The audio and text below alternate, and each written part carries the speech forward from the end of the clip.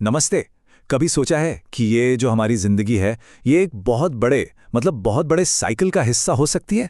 और हम सब अभी एक बहुत ही खास मोड़ पर हैं।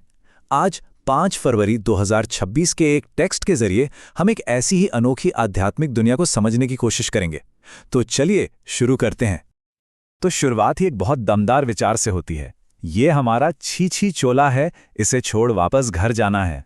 सोचिए जरा, यही लाइन इस पूरी विचारधारा की कह सकते हैं फाउंडेशन है। मतलब ये जो शरीर है, ये बस एक टेम्परेरी कॉस्ट्यूम है जिसे आत्मा पहनती है। तो फिर सवाल ये उठता है कि हमारा असली घर है कहाँ? इसी सवाल का जवाब हमें आगे लेकर जाएगा। तो ठीक है, इस नजरिए से देखें तो आज हमारी दुनिया की हालत आखिर है क्या? देखिए, ये टेक्स्ट इसे दुख की दुनिया कहता है। मतलब एक ऐसा दौर, एक ऐसा समय जो इम्प्योरिटी और तकलीफों से भरा पड़ा है। यहाँ पे ना दो युगों की तस्वीर बिल्कुल एकदम क्रिस्टल क्लियर है। एक तरफ है कलयुग, यानी दुखी दुख, अपवित्रता, रावण का श्राप। और फिर दूसरी तरफ सतयुग, यानी सुख, पवित्रता, एक डिवाइन किंगडम। ये सिर्फ एक छोटा मोटा बदलाव नहीं है, ये तो मानो अंधेरे से सीधा उजाले में जाने जैसा सफर है। और इस हालत को, इस कंडीशन को एक खास नाम भी दिया गया है, तमोप्रधान। तमोप्रधान का मतलब है मैक्सिमम इम्प्योरिटी की स्टेज। ये वो पॉइंट है, वो टिपिंग पॉइंट जहां आत्मा अपनी सारी की सारी शक्ति और पवित्रता खो चुकी होती है। और यही कलयुग के अंत का सबसे बड़ा साइन है। अच्छा, अगर दुनिया दुख में है तो इससे निकलने का कोई रास्ता तो होगा, राइट? इस टेक्स्ट के हिसाब से जवाब है हाँ, बिल्कुल है। और यही रास्ता दिखाने के लिए इतिहास के ठीक इसी खास मोड़ पर एक सुप्रीम गाइड का आगमन होता है। यहां एक बहुत ही इंटरेस्टिंग कंपैरिजन किया गया है। देखिए, एक तरफ है हमारे लौकिक बाप, मतलब इस दुनिया के पिता। वो हमें क्या देते हैं? एक टेम्पररी इनहेरिटेंस। और फिर दूसरी तरफ हैं रूहानी बाप, सभी सोल्स के, सारी आत्माओं के, सिर्फ एक स्पिरिचुअल फादर। और उनका वादा है एक इटर्नल इनहेरिटेंस का। तो इस टेक्स्ट के मुताबिक हम सब इतिहास के सबसे सबसे इंपॉर्टेंट टाइम में जी रहे हैं। इसे कहा जाता है संगम युग।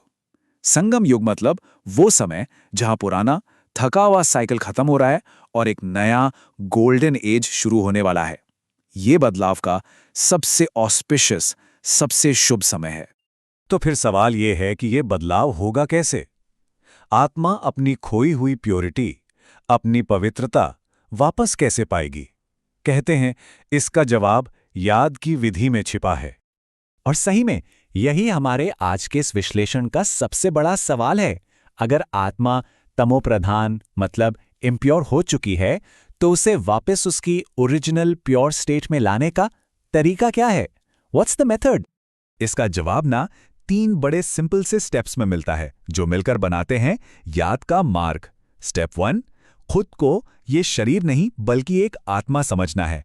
स्टेप 2, सिर्फ एक फादर को लगातार याद करना है। और तीसरा, दुनिया में रहते हुए भी कमल के फूल की तरह पवित्र रहना है, अनटच्ड। कहते हैं इन्हीं कदमों से पिछले कर्मों का सारा बोझ मिट जाता है। और ये लाइन, मेरा तो एक शिव बाबा दूसरा ना कोई, ये इस पूरी प्रैक्टिस के एसेंस को पकड़ लेती है। सोचिए, आइडिया ये है कि जब सोल अपना ध्यान, अपना फोकस हर तरफ से हटाकर सिर्फ एक सुप्रीम पावर पर लगाती है, तो वो मानो खुद को उसकी प्योरिटी से रिचार्ज कर लेती है। अब ये जो पर्सनल जर्नी है प्योरिटी की, ये अकेले में नहीं हो रही है। ये एक बहुत बड़े कॉस्मिक ड्रामा का हिस्सा है, एक ऐसा साइकिल जो पूरे 5000 साल तक चलता है। तो ये देखिए, ये है वो पूरा 5000 साल का साइकिल। जर्नी शुरू होती है सतयुग की कंप्लीट प्योरिटी से, एकदम सतोप्रधान। फिर त्रेता द्वापर से होते होते हम पहुंचते हैं कलयुग के घोर अंधकार तक। और ठीक एंड में जब लगता है कि सब कुछ खत्म हो रहा है, तब आता है संगम युग, एक नई शुरुआत का, एक सेकंड चांस। और इस पूरे जर्नी का गोल क्या है? गोल है सतोप्रधान स्टेट को फिर से पाना। ये तमोप्रधान का एग्जैक्टली ऑपोजिट है। ये आत्मा की अपनी ओरिजिनल नेचुरल स्टेट है, जहां सिर्फ प्योरिटी और परफेक्शन है। यही हमारा असली, हमारा मूल स्वरूप है। और एक इंटरेस्टिंग बात, इस पूरे 5000 साल के साइकिल में आत्मा कितने जन्म लेती है, इसका एक स्पेसिफिक नंबर भी बताया गया है। 84। 84 यानी एक सोल इस वर्ल्ड ड्रामा में 84 बार अपना पार्ट प्ले करती है। तो ठीक है, अब आते हैं सबसे जरूरी बात पर। इस रास्ते पर चलने का एंड रिजल्ट क्या है? इसका रिवॉर्ड क्या है भाई? इसका इनाम है वर्सा, यानी स्पिरिचुअल इनहेरिटेंस।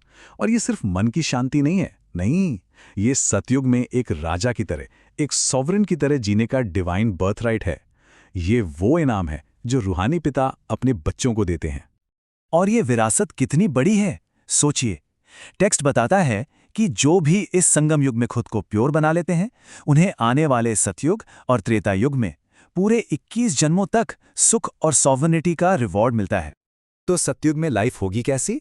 जरा इमेजिन कीजिए, एक ऐसी दुनिया जहां कोई दुख नहीं, कोई बीमारी नहीं, शरीर हमेशा हेल्दी और ब्यूटीफुल, उम्र बहुत लंबी, और हाँ, वहां भक्ति या शास्त्रों की भी कोई जरूरत नहीं, क्योंकि लाइफ खुद ही डिवाइन है। और फिर आखिर में क्या होता है? यहाँ एक बहुत ही यूनिक मेटाफर यूज किया गया है कि फादर सभी सोल्स को मच्छरों के झुंड की तरह वापस घर ले जाएंगे।